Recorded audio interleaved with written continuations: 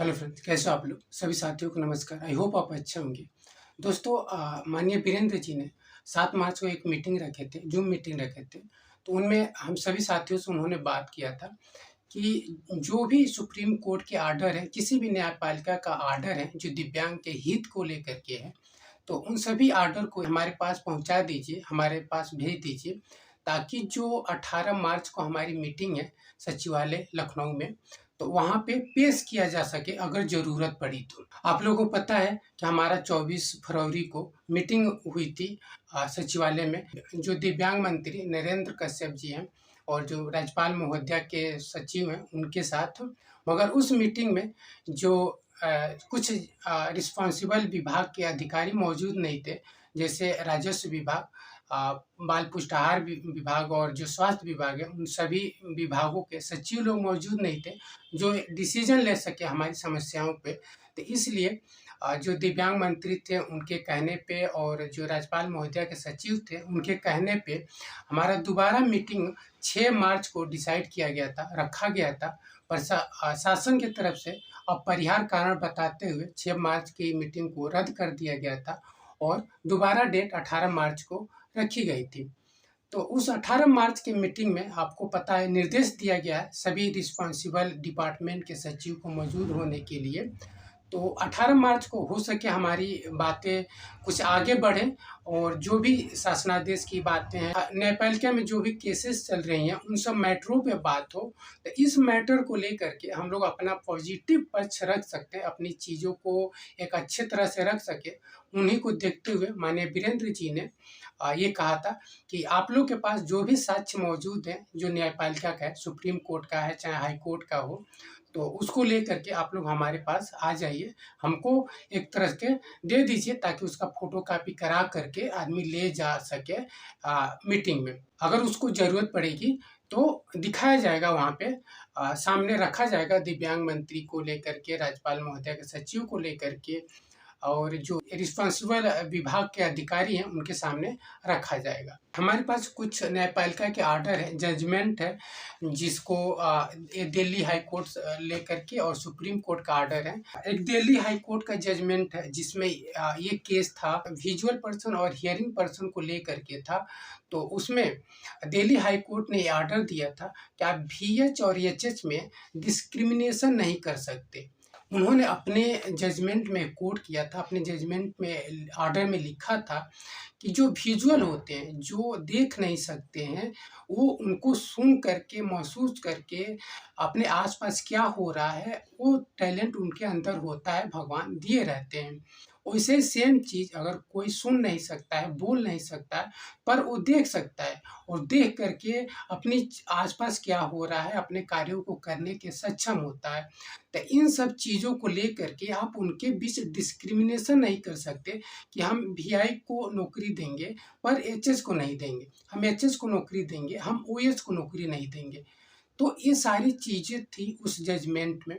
हालाँकि वो जजमेंट था, वो VH और HS को लेकर के था। तो वहाँ पर दिल्ली हाई कोर्ट ने ऑर्डर दिया था उनके नियुक्ति दिलाने के लिए, उनको नौकरी देने के लिए। हालाँकि उस जजमेंट में क्या लिखा था वो मैंने साइड में लगा रखा है, देखिए बाय लाइन आप देख करके पढ़ सकते हैं और ये ऑर्डर हम ग्रुप में भी डाल दिया करेंगे, आप लोग अपने पास रखिएगा। हमारे पास उस ऑर्डर का, उस जजमेंट का कुछ लाइन है जो मैं आपको दिखा रहा हूँ। For a blind person visibility may be poor, sometimes 0%, but would be able to hear and understand what is going on in and around him. At the same time, a deaf and dumb person could see but would not be able to talk and hear what is going on around him. यानी आपको पता है कि जो visual person है उनको अलग से, भले वो देख नहीं सकते पर सुन सकते हैं और उस माध्यम से अपना कार्य करने की उनकी क्षमता होती है, उनके अंदर एबिलिटी होती है। सेम चीज़ जो बोल नहीं सकते, सुन नहीं सकते, पर वो देख सकते हैं और उस माध्यम से महसूस करके, देख करके अपनी कार्य करने के सक्षम होते हैं। तो आप इन सब चीज़ों को आधार नहीं बना सकते कि हम इनको नौकरी नहीं दे सकते। हम इनकी जो अवसर की समानता है, जो अवसर देने की समानता है, उससे आप, उसमें आप डिस्क्रिमिनेशन नहीं कर सकते।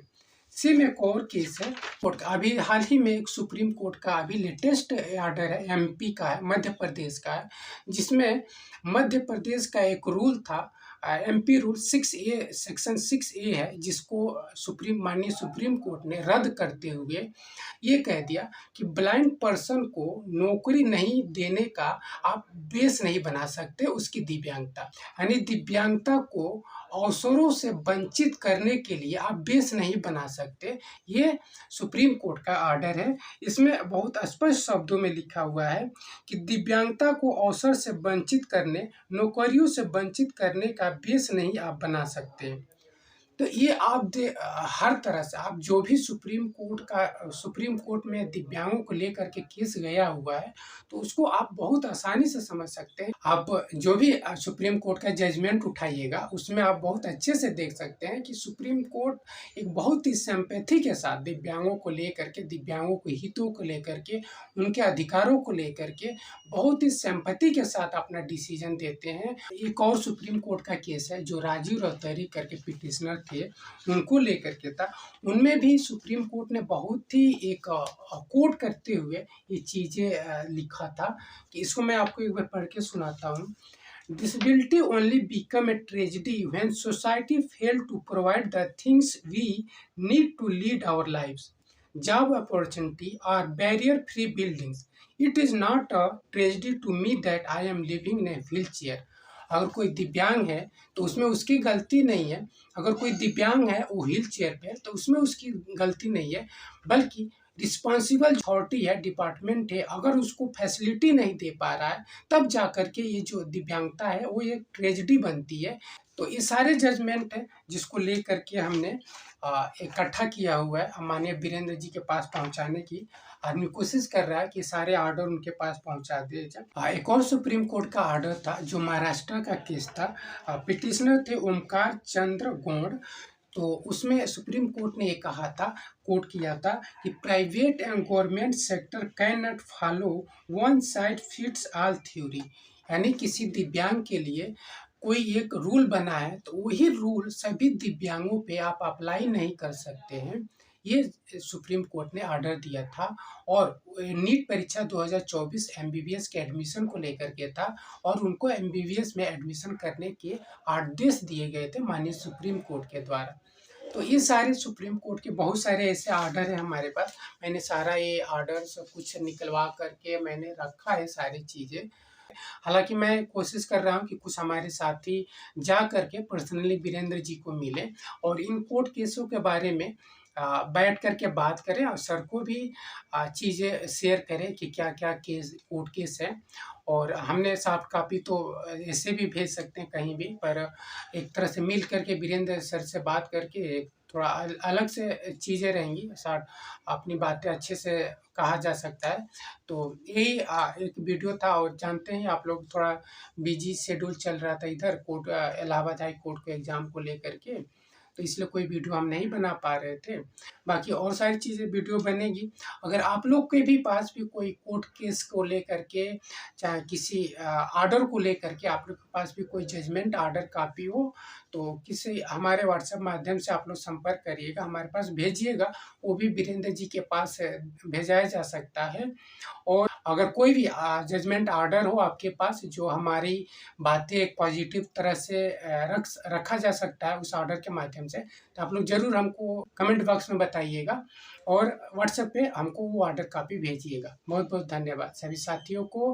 प्लीज़ सपोर्ट दिव्यांग पर्सन एंड देयर राइट्स। बहुत बहुत धन्यवाद साथी।